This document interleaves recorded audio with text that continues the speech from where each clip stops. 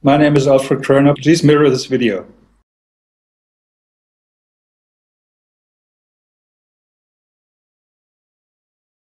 Thinking of many of these questions and thinking where Muhammad came from, he was after all a Bedouin.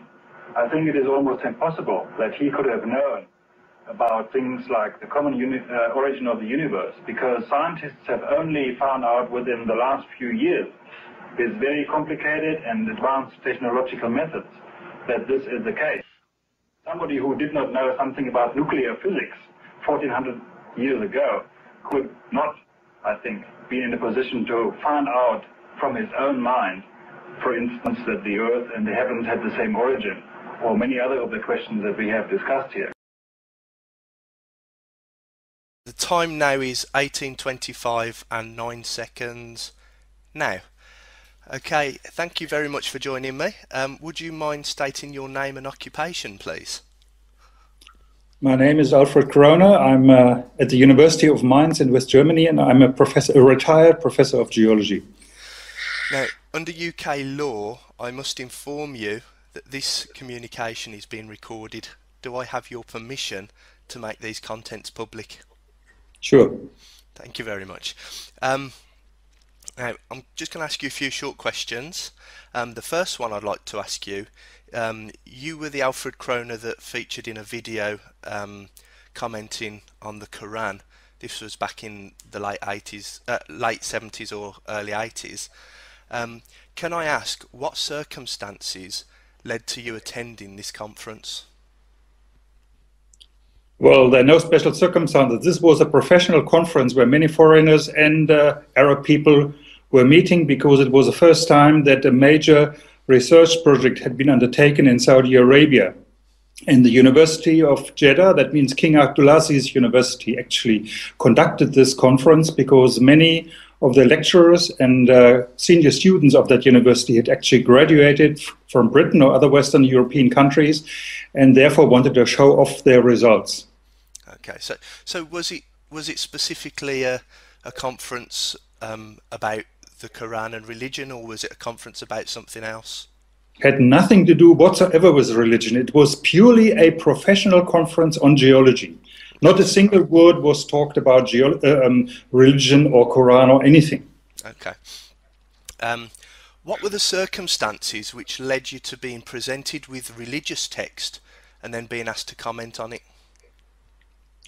Well, during the conference, there was an interview in Saudi TV organized by the then vice president of that particular university. And there were about 5 or 6, I can't remember so well, professors from various European and North American universities that attended this TV interview. And it was there for the first time that we were confronted with these questions. To what extent the Quran was compatible with present-day thinking in earth sciences. Okay. Your comments were later used to suggest that you thought the Quran contained information which could not have been known by humans at the time without divine revelation. Do you think that this accurately reflects your opinion at the time? Well, that was not at all the purpose and the discussion that we had. The discussion was, they were reading us certain verses from the Quran, and then they would say, is this compatible with present-day scientific knowledge?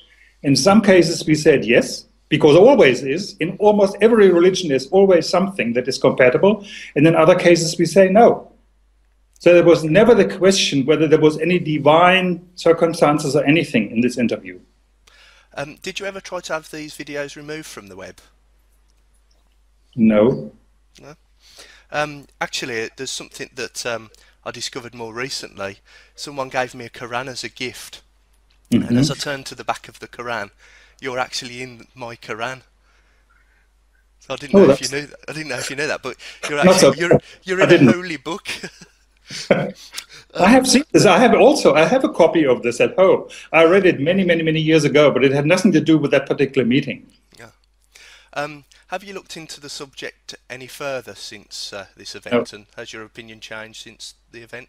Or well, you see, this conference was, I think, in '79, and nothing happened. And you know, this whole thing with the internet actually only came up about maybe 4 years ago or something. I can't even remember.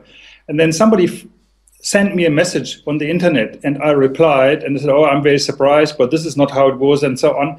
And then continuously more messages came. And then I talked to people in my department. We have a geography department where there are two people who are really speaking Arabic, and they're Arabists, as you would call them, and they really know the Arab world extremely well. And I told them about this, and I said, look, there's nothing you can do. You just have to live with this, leave it alone, because we can't advise you to do anything. It will not help. Finally, may I ask, did you become a Muslim as a result of this event? No, I've never been a Muslim before. I've never been a Muslim afterwards. Okay. And finally, to wrap up, could you confirm, are the opinions that you've stated in this video interview your own? This one that we are talking about right now? That we're having right at this moment. Sure, this is my own opinion. Okay. And have I offered you any reward for this, financial or otherwise? No, not yet. I won't be offering you anything either. Okay, well, thank you very much, Alfred, for agreeing to do this interview, and I will try to make sure that as many people mirror this video as possible. Sure. The time now is 18:30 and 39 seconds now.